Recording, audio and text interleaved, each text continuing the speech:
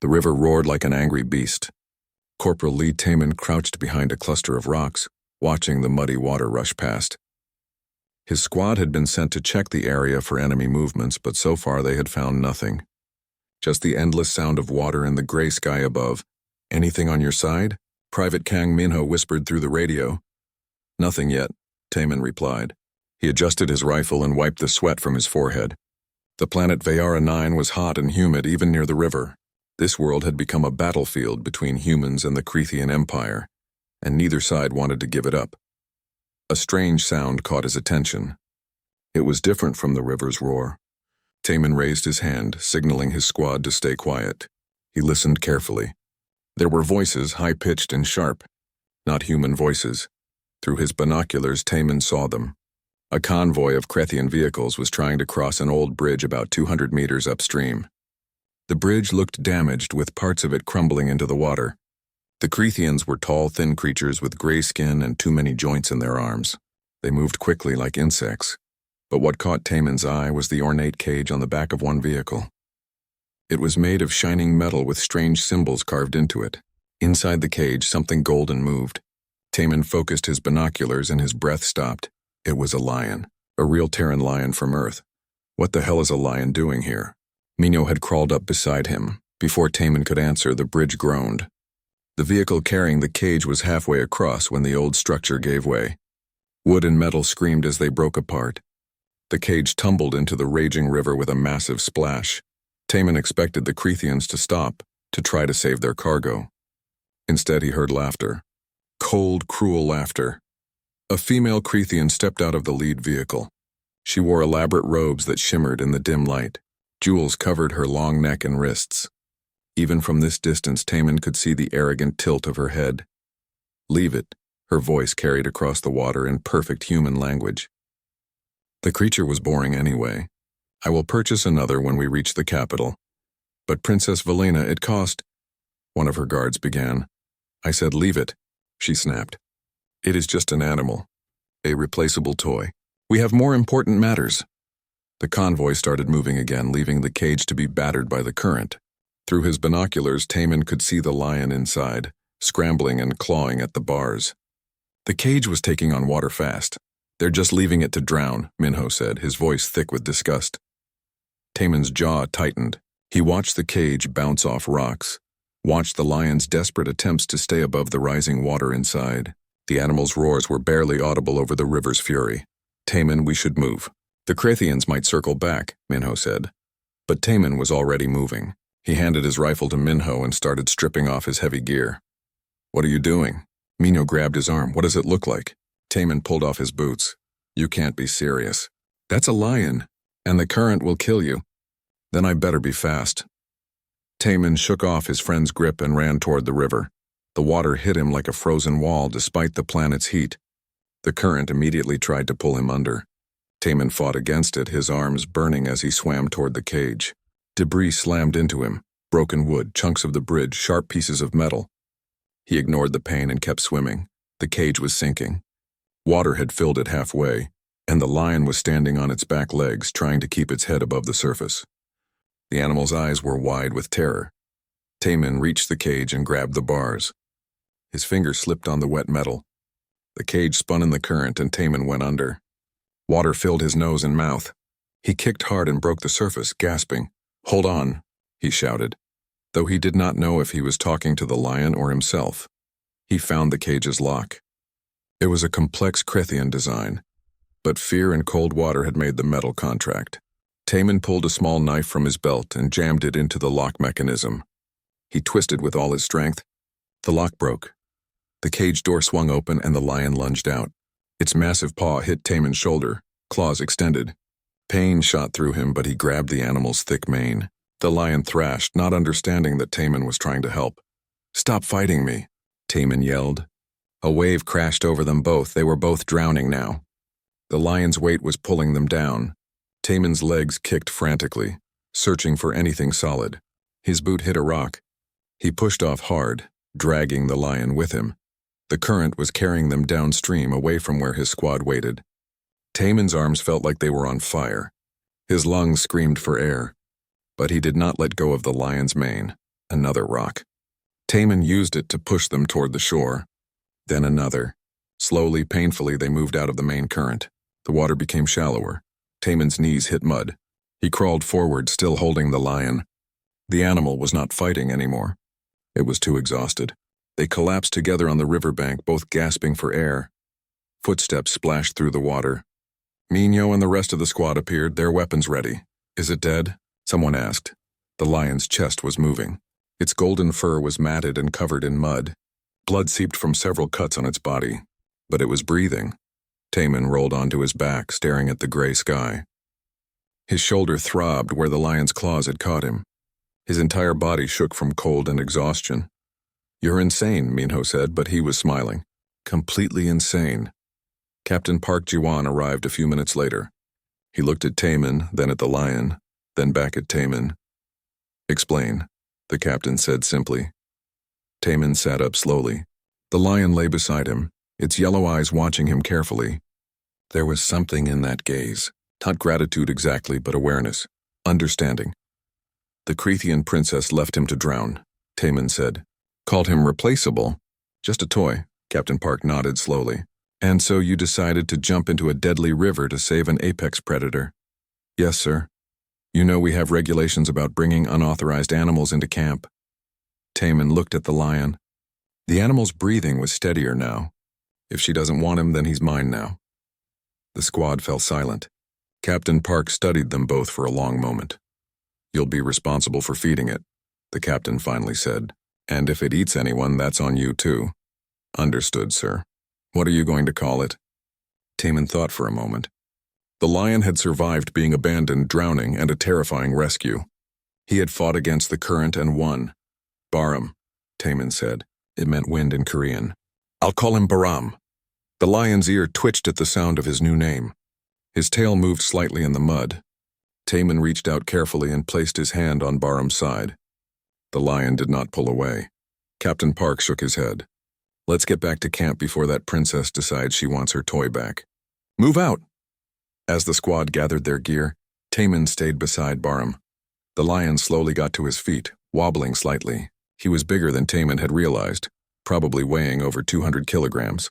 His mane was magnificent even when soaked and muddy. "Come on, Baram," Taman said softly. "Let's go home." The lion looked at him with those intelligent yellow eyes. Then carefully Baram took a step forward. And another. He stayed close to Taman's side as they walked away from the river. Behind them, the water continued to roar. But neither of them looked back. The medical tent smelled of antiseptic and blood. Medic Choi Nari knelt beside Baram, her hands moving carefully over the lion's injured body. Taman sat nearby, wincing as another medic wrapped his torn shoulder. "Hold still," the medic told him. "The lion got you good." "He was scared," Taman said. "He didn't mean it." Nari looked up from her examination of Baram. Her face was serious. "Taman, you need to see this." She pointed to marks on Baram's paws. The claws had been partially removed, cut away so they would not grow properly. There were old scars around his neck, perfect circles that could only come from electrical burns. His ribs showed through his golden fur. "They starved him," Nari said quietly, "and shocked him, probably to make him obedient." She ran her fingers through his mane and found more scars. "This is months of abuse, maybe years." Taman felt anger rise in his chest. He moved closer to Baram, ignoring his own pain. The lion's eyes followed him, but the animal did not move away. "Can you help him?" Taman asked. "I can treat the physical wounds," Nari said. "But the rest? That will take time. And trust." She looked at Taman carefully. "He's going to need you. Every day. Are you ready for that?" Taman did not hesitate. Yes, over the next few weeks, Taman barely left Baram's side. He slept in the medical tent, waking up every few hours to check on the lion. He shared his own food rations when Baram was too weak to eat the standard meat supplies. He talked to Baram constantly, his voice soft and steady. "You're safe now," Taman would say. "No one's going to hurt you anymore." At first, Baram watched everything with suspicious eyes. When someone walked too close, he would growl, a deep rumbling sound that made everyone step back. But with Taman, the growling slowly stopped. One morning, Taman woke to find Baram's huge head resting on his leg. The lion was still asleep, breathing deeply. It was the first time Baram had chosen to touch him. Minho visited every day, bringing extra food and supplies. The whole camp is talking about you two, he said, carefully keeping his distance from Bahram. Some people think you're crazy. Others think you're a hero. What do you think? Taman asked. Minho grinned. I think you're both. As Bahram healed, he started following Taman everywhere. When Taman went to meetings, Bahram waited outside the door. When Taman ate in the mess hall, Bahram lay at his feet. The other soldiers slowly got used to seeing the massive lion walking through camp. Private Kang Minho was the first to befriend Bahram after Taman. He brought the lion treats and spoke to him gently. Soon, Bahram would let Minho pet his head, though he never took his eyes off Taman. Everything changed when the message arrived. Commander Yoon Dae-ho called Taman to his office. The commander was a hard man with gray hair and cold eyes. He did not look happy. Sit down, Corporal, Commander Yoon said. Taman sat. Through the window, he could see Bahram waiting outside, his golden form visible to everyone. We've received a communication from the Crethean Empire, the commander said. He turned his computer screen toward Taman. On it was the face of Princess Valina. She looked furious. That human has stolen my property, her recorded voice said. The creature is mine by law. I demand its immediate return. This is an insult to the Crethean royal family and will be treated as such. Commander Yoon turned off the recording. She's making this a diplomatic incident. The politicians are getting involved. Bahram isn't property, Taman said firmly. He's alive. According to Crethean law, animals are property, especially exotic imports from Earth. Then Crethean law is wrong. The commander's eyes narrowed. Be careful, Corporal. This could become bigger than you realize. I don't care how big it gets, Taman stood up. She threw him away. Left him to die. She has no right to him now. The ambassador is trying to smooth this over, Commander Yoon said. But if you refuse to return the animal, it could damage our peace negotiations. Good, Taman said. Maybe they should know what kind of people they're negotiating with. Commander Yoon stared at him for a long moment. Finally, he sighed. You're dismissed. But this isn't over. Taman left the office. Bahram immediately stood up and walked beside him. The lion seemed to sense his mood, pressing close against his leg. That night, Captain Park found Taman sitting outside his tent. Bahram's head was in Taman's lap, and the soldier was absently stroking the lion's mane. You know you can't win this, Captain Park said, sitting down beside them. They'll order you to give him up. Then I'll refuse the order, Taman said. That's desertion. Court-martial. I know. Captain Park was quiet for a moment. Why? Why risk everything for an animal? Taman looked at Bahram. The lion's yellow eyes were half closed, peaceful. Because someone has to. Because if we just follow orders without thinking about right and wrong, then what are we fighting for? He met the captain's gaze. She called him a toy, replaceable, like he didn't matter. But he does matter. Every living thing matters, Captain Park nodded slowly. The battalion is talking about it. About you and Bahram, I know. Commander Yoon told me. No, you don't understand, Captain Park smiled slightly. They're on your side. All of them. They've seen you with him. They've seen how he trusts you, how you care for him. He stood up. If the order comes to surrender Bahram, it won't just be you refusing. It'll be all of us. Taman felt his throat tighten. Captain, get some rest, Captain Park said. We'll deal with whatever comes tomorrow. The next morning, Bahram proved his worth. Taman was on patrol with Minho when Bahram suddenly stopped walking. His ears went flat against his head. A low growl rumbled from his chest. What is it? Minho asked, raising his rifle. Bahram's nose pointed toward a cluster of rocks 50 meters ahead. The lion's entire body was tense. Taman trusted the warning. He signaled for everyone to take cover. Seconds later, 3 Crethean scouts emerged from behind the rocks, exactly where Bahram had indicated. The brief firefight ended quickly with the scouts retreating. No one on Taman's team was hurt. He knew they were there, Minho said, staring at Bahram in amazement. Before any of our sensors picked them up, word spread quickly through the camp. The lion was not just Taman's companion. He was an asset. His senses were sharper than any human technology. He could smell enemies, hear movements that electronic devices missed. Commander Yoon called Taman to his office again. This time, his expression was different. I've been ordered to prepare Bahram for transport back to Crethean territory, he said, but before Taman could protest, the commander raised his hand. However, I'm going to refuse that order, Taman blinked. Sir? What you did was reckless and against regulations, Commander Yoon said. But it was also right. And this battalion stands together. He stood up and extended his hand. Keep your lion, Corporal. We'll face whatever consequences come. Taman shook his hand, unable to speak. Outside, the entire battalion had gathered. Soldiers stood in formation, all of them silent. When Taman emerged with Baram, they began to clap. The sound grew louder and louder. Baram looked around at all the humans, then up at Taman. The lion's tail swished once, and if Taman did not know better, he would have sworn Baram was smiling. Nari approached them, her medical bag over her shoulder. He's fully healed now, she said. Physically, at least. And the rest? Taman asked. She looked at how Baram stood close to Taman, how the lion's eyes tracked his every movement. I think you're healing that part just fine. That night another message came from Princess Valina. This time she did not demand. She challenged.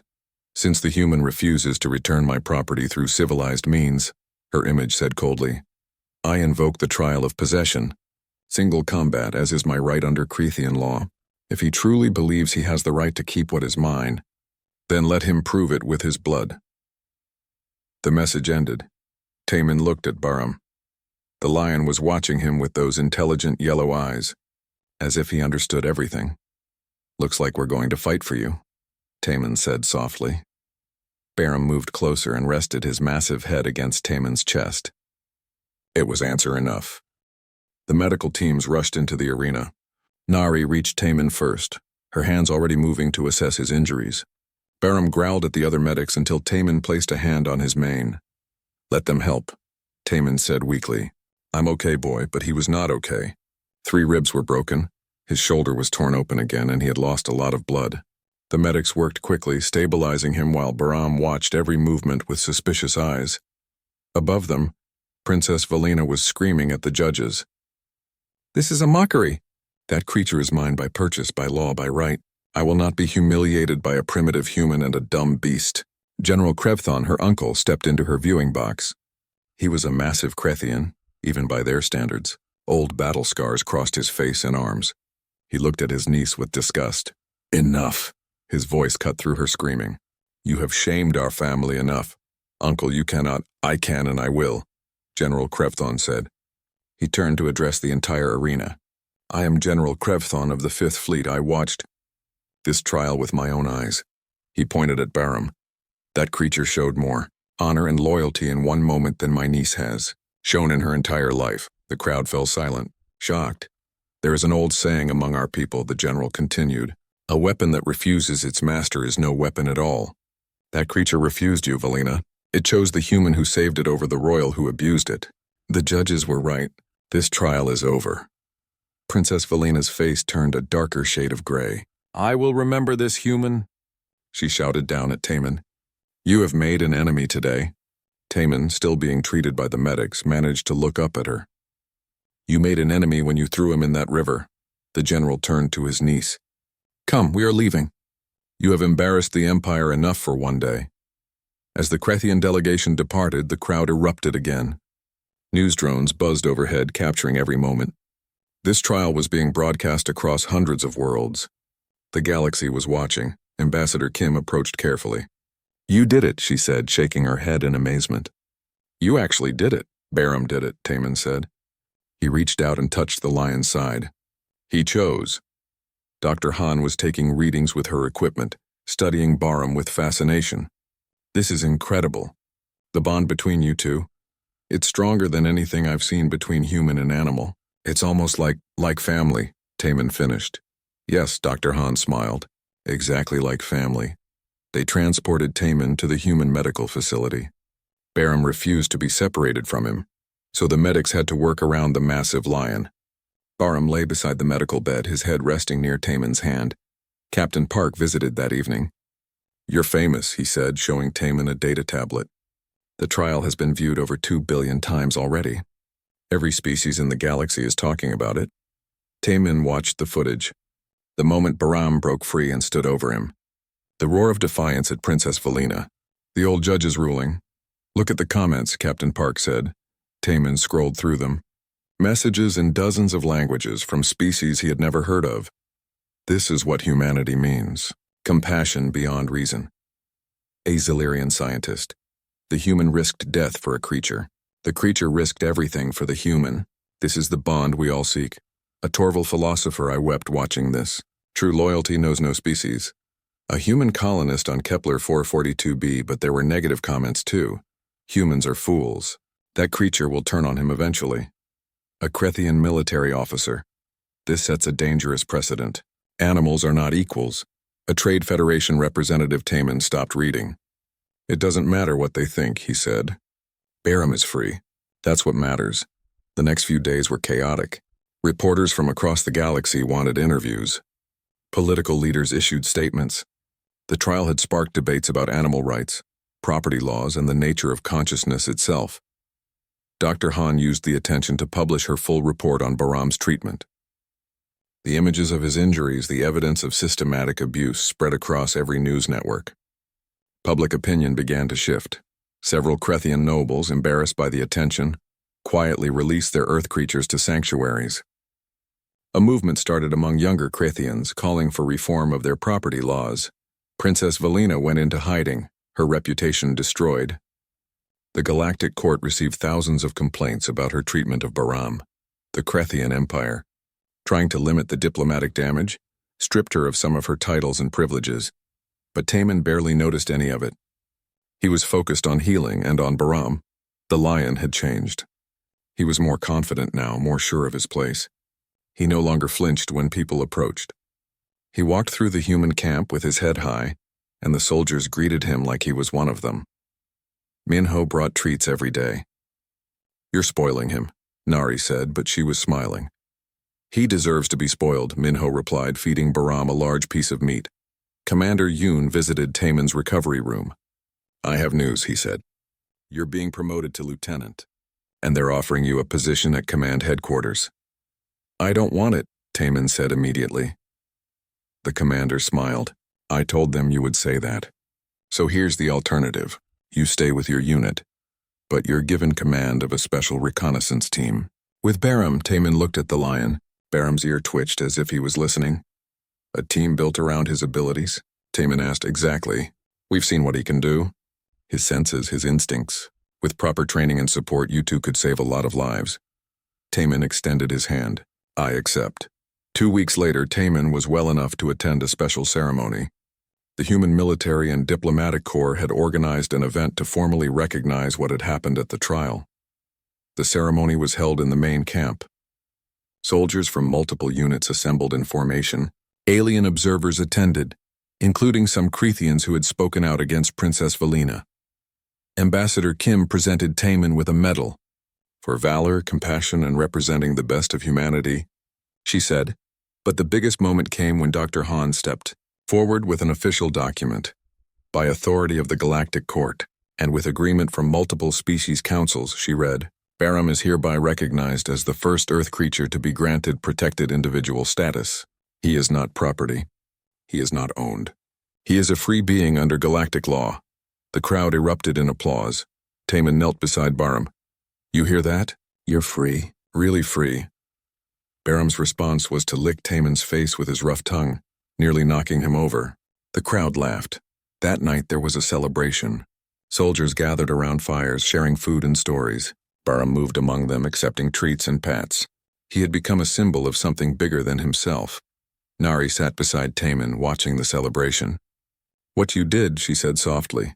It changed things. Not just for Baram, for all of us. I just did what was right, Taman said. That's what makes it matter, Nari replied. She took his hand. You showed everyone that the strong should protect the weak, not exploit them. That life has value beyond what it can do for us.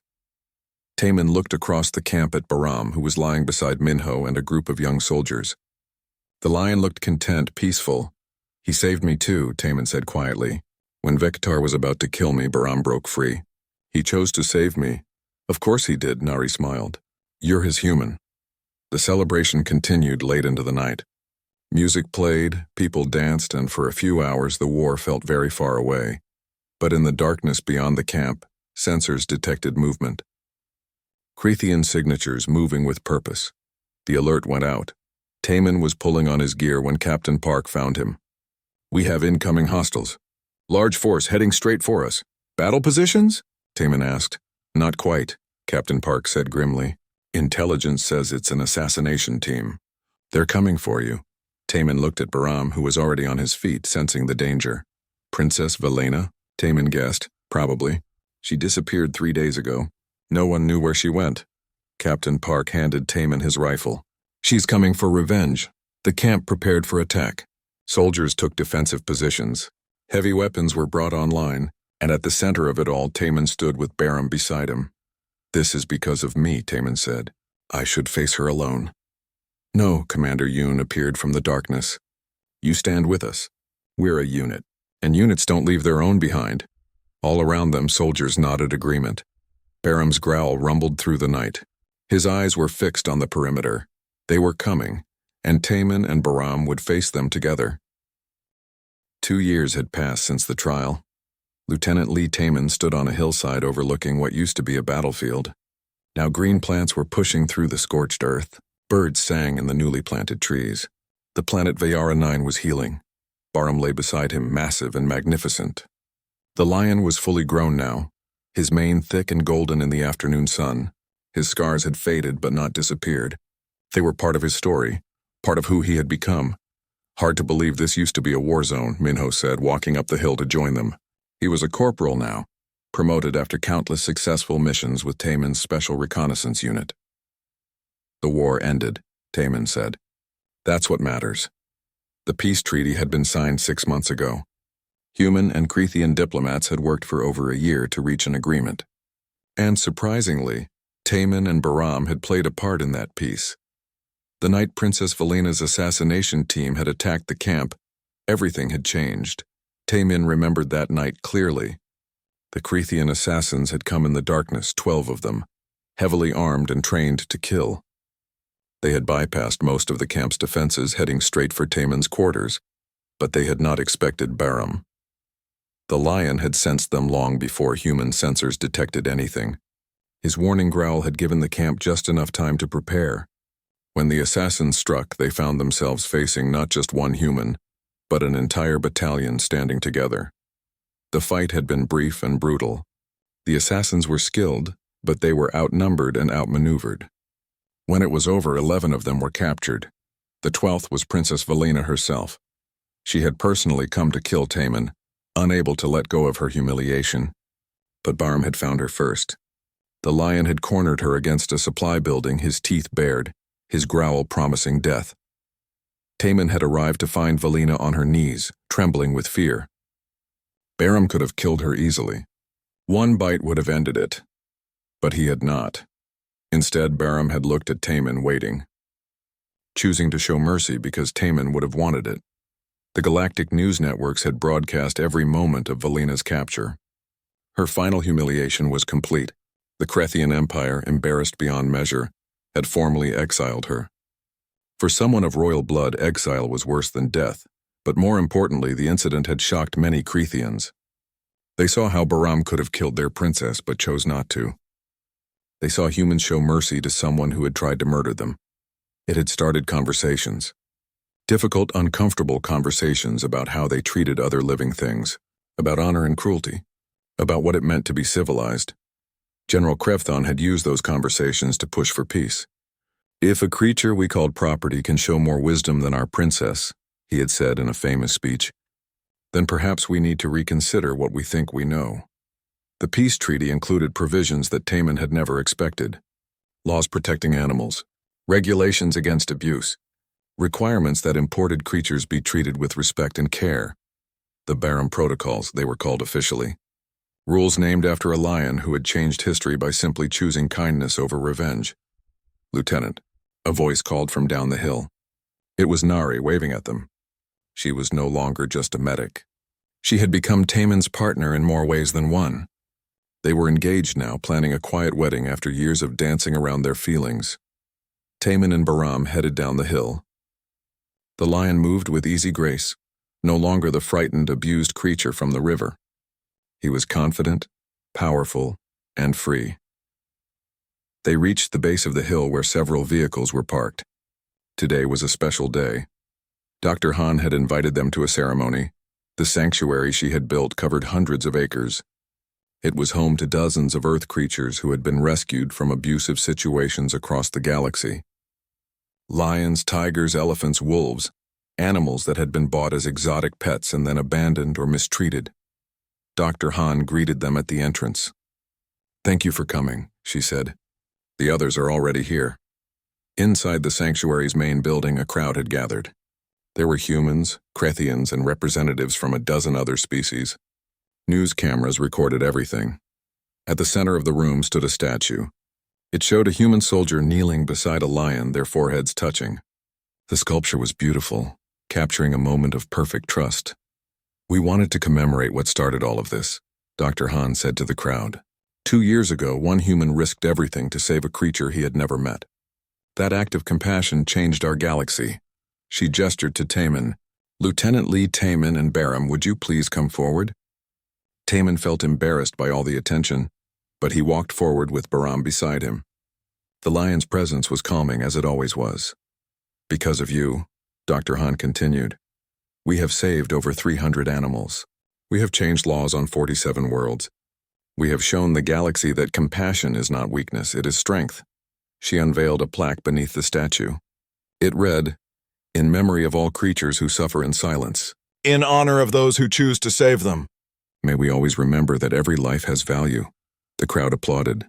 Baram, never one for loud noises, pressed closer to Taman's leg. After the ceremony, they walked through the sanctuary. Baram was fascinated by the other Earth animals. He approached a group of younger lions carefully, his posture non-threatening. They sniffed each other cautiously, then began to play. "He could stay here, you know," Dr. Han said quietly to Taman. "Be with his own kind." Taman watched Baram playing. The lion was happy, but every few minutes he looked back to make sure Taman was still there. "He can visit whenever he wants," Taman said, "but his home is with me." "That's his choice," Dr. Han smiled. "I thought you might say that." Later, they attended a diplomatic reception. The peace treaty was still new, and both sides were working hard to maintain it. General Krevthon was there, representing the Krethian military. The old general approached Taman. "Lieutenant," he said formally. Then he did something unexpected. He bowed, a sign of deep respect among Krethians. "You taught us something important," General Krevthon said. "My people have been warriors for thousands of years. We believed strength meant domination, but you showed us that true strength is protection, compassion, choosing to save rather than destroy." He looked at Baram. "My niece saw this creature as a thing to own. You saw him as a life to protect. That difference in perspective has changed how many Krethians think about the world." "I just did what felt right," Taman said. "Exactly," the general replied, "and that is why it mattered." As the reception continued, Taman stepped outside for air. Baram followed, as he always did. They stood together under the alien stars. "You know what I think about sometimes," Taman said to the lion. "That moment in the river, when I jumped in to save you. I didn't think about it. I just did it." He scratched behind Baram's ear. "Best decision I ever made." Baram made a low, rumbling sound that Taman had learned meant contentment. Major Park Jiwan found them there. The captain had been promoted, now helping to train the next generation of soldiers. "There you are," he said. "I have news. They're creating a new program. Humans working alongside rescued animals. They want you to help lead it." "Me?" Taman was surprised. "Who better? You started this whole thing." Major Park handed him a data tablet. "They're calling it Project Baram. Teams of soldiers and animals working together. Saving lives." Taman looked at the proposal. It was ambitious, requiring cooperation between multiple species and organizations. But it was also beautiful. A way to turn what he and Baram had started into something bigger. "What do you think?" Taman asked Baram. The lion looked at him with those intelligent yellow eyes. Then Baram stood up and walked toward the building where the reception was still happening.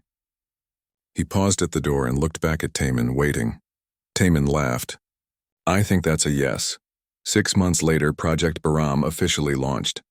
20 teams of humans and animals began training. Dogs, wolves, eagles, creatures with special abilities paired with soldiers who cared about them. Taman and Baram led the first training exercise. They demonstrated how to work together, how to trust each other, how to communicate without words. Minho was there with his own partner now, a wolf named Storm. Nari had joined as the head medical officer, making sure both humans and animals received proper care. "This is really happening," Minho said, watching the teams train. "We're changing everything." "No," Taman corrected gently. "Baram changed everything. We're just helping spread what he taught us." That evening, Taman and Nari sat together on the same hillside where Taman had stood months before. Baram lay nearby, watching the sunset paint the sky in shades of orange and purple. "Do you ever regret it?" Nari asked. "Jumping into that river? Everything that came after?" Taman thought about the trial, the assassination attempt, the endless attention. Then he looked at Baram, at the peace that had come from one act of compassion. "Never," he said. "Not for a second." Nari leaned against his shoulder. "We're getting married next month. Baram's going to be there, right?" "He's my best man," Taman said with a smile. "I already asked him. He said yes. He did not. Well, he didn't say no." They laughed together as the sun set over Vayara 9. The planet that had once been a battlefield was now a symbol of hope, proof that enemies could become friends. The neutral zone was a strip of empty land between human and Crethean territory. A temporary structure had been built there, a large arena surrounded by observation platforms. Cameras from a dozen different species pointed at the center, broadcasting to billions of viewers across the galaxy. Ambassador Kim Sora paced back and forth in the human preparation area. She was a small woman with sharp eyes and silver hair pulled back tightly. "This is insane," she said for the 10th time. "Corporal Lee, you don't have to do this. Let me negotiate." "There's nothing to negotiate," Taman said. He was wrapping his hands carefully, preparing for the fight. Baram sat beside him, watching everything with alert eyes. "She wants Baram back." "I won't give him up." "She's not fighting you herself," Ambassador Kim said desperately. "She's chosen a champion. A Krethian warrior named Vektar. He's over 2 meters tall and weighs almost twice what you do. Krethians are stronger than humans. Faster reflexes. This is legal murder." "Then I'll have to be smarter," Taman said calmly. Nari entered the room carrying medical supplies. Her face was pale. "I saw him. The Krethian champion. He's huge." She set down her bag and took Taman's hand. "Please don't do this." "There has to be another way." Taman squeezed her hand gently. "If I back down now, it sets a precedent. That Krethians can abuse living creatures and humans will just accept it. That we value peace more than we value doing what's right." He looked at Baram. "I can't do that." Captain Park entered next, followed by Minho and Commander Yoon. The commander's face was grim. "The Krethian judges have arrived," he said. "They're ready to begin." A new figure appeared in the doorway. Dr. Han Unji was a xenobiologist who had been studying on the planet. She was younger than Ambassador Kim, with kind eyes behind thick glasses. "I've submitted my report to the Galactic Court," Dr. Han said. "Full documentation of Baram's injuries and evidence of systematic abuse. But the judges say it doesn't matter. According to Krethian law, owners can treat property however they wish." "That's barbaric," Nari said. "Yes," Dr. Han agreed. "But it's their law." Taman stood up. He wore simple combat clothes, no armor. The rules of the trial of possession forbade any protective gear. Just flesh against flesh. "Whatever happens," Taman said to his friends, "take care of Baram, make sure he stays free." "You're going to win," Minho said firmly. "You have to." They walked together toward the arena. Thousands of beings filled the observation platforms. Humans, Krethians, and dozens of other alien species. This trial had become more than a simple legal dispute. It was a statement about how different cultures viewed life itself. Princess Valena sat in a raised box, surrounded by guards. She wore robes of deep purple covered in precious stones. When she saw Taman enter with Baram, her face twisted with anger and disgust. "The creature should be in a cage," she announced to the judges, "not walking freely beside a common soldier." "The human has claimed possession," one of the Krethian judges said. He was ancient, his gray skin wrinkled with age. "Until the trial concludes, both claimants have equal right to the disputed property." "He is not property," Taman said loudly. His voice echoed through the arena. "His name is Baram and he's alive. He thinks he feels. He chooses," the crowd murmured. Princess Valena laughed, the sound cold and cruel. "It is an animal. It does not choose. It obeys or it suffers." Baram's growl was so deep that people in the front rows stepped back. The lion's eyes were fixed on the princess, His lips pulled back to show his teeth. Interesting, the old judge said. The creature seems to have opinions. Begin the trial, another judge commanded. Humans led Barum to a reinforced holding area near the arena floor. The lion did not want to go. He pulled against the leash, trying to stay with Taman. It's okay, Taman said softly, kneeling beside him. He put his forehead against Barum's mane. I'll come back. I promise. Barum made a sound, something between a whine and a growl. Finally, reluctantly, he allowed himself to be led away. Taman entered the arena. The Creathian champion was already there. Vector was a nightmare made flesh. He stood over 2 meters tall, his multiple jointed arms ending in sharp, claw-like fingers. His gray skin was covered in ritual scars, marks of previous victories. He looked at Taman the way a human might look at an insect. This will be brief, Vector said. His voice was like gravel scraping metal. The old judge raised his hand. The trial of possession will now begin.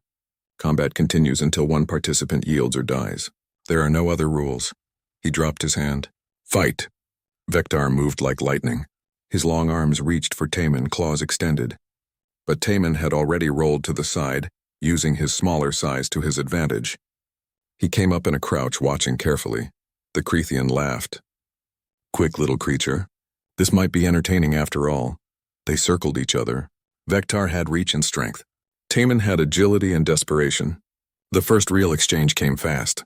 Vector's fist crashed down where Taman had been standing a second before. The impact cracked the arena floor. Taman struck back, hitting Vector in what he hoped was a vulnerable spot. His fist might as well have hit a wall. The Creathian barely noticed. A backhand strike caught Taman across the chest. He flew backward, hitting the ground hard. Blood filled his mouth. The crowd roared, "Get up, Taman!" Miho's voice rose above the noise. He got up. Vector was already coming for him. Taman ducked under the grasping arms and kicked hard at the Creathian's knee. The joint bent backward with a crack. Vector stumbled but did not fall. You dare. He lunged forward with both arms. Taman could not dodge in time. The clawed hands wrapped around his torso, lifting him off the ground. He felt ribs crack. Pain exploded through his body. Yield, Vector hissed, and I will make your death quick. Taman could barely breathe, but he managed to speak. No. He slammed his forehead into Vector's face. Once, twice, 3 times. The Creathian's nose broke, leaking purple blood. The grip loosened just enough. Taman twisted free and dropped to the ground. Both fighters were injured now. Vector's knee was damaged and his face was bleeding. Taman's ribs were broken and he was pretty sure his left arm was useless. They faced each other, both breathing hard. Impressive, Vector admitted. For a human. But this ends now, the Creathian charged. Taman knew he could not take another hit like the last one. He would die. But as Vector closed the distance, Taman saw his opening. The damaged knee was affecting Vector's balance. Taman threw himself forward, going low.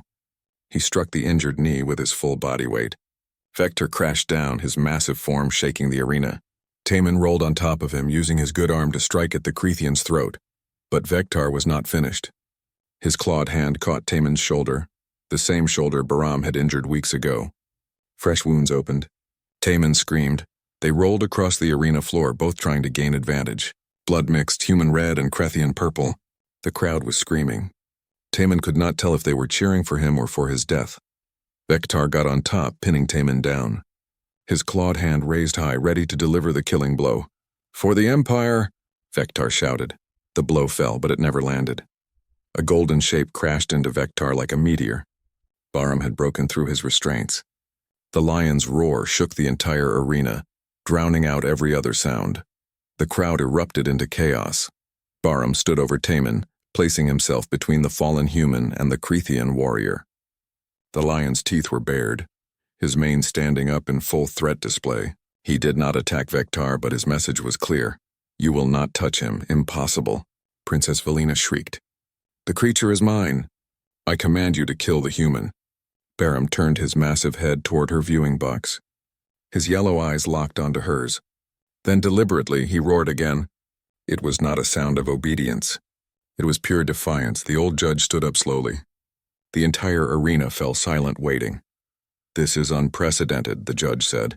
The disputed property has chosen its owner. That is not possible. Princess Valina was standing now. It is an animal. It cannot choose. Can it not? The old judge gestured toward Bahram. It broke restraints designed to hold creatures 3 times its size. It ignored your commands, and it placed itself between danger and the human who rescued it. He looked at the other judges. What say you? The judges conferred quietly. Finally, they nodded. The trial of possession is concluded, the old judge announced. The creature has demonstrated will, choice, and loyalty. These are not properties of a thing, but of a being. Therefore, this court rules that the creature called Bahram is not property to be owned, but a free being who has chosen his companion. The arena exploded with noise. Half the crowd was cheering. The other half was shouting in protest. Princess Felina's scream cut through it all. This is an outrage. I will not accept this. But the old judge ignored her. He looked at Taman, who was slowly sitting up with Bahram pressed against his side. The human has won, the judge said simply.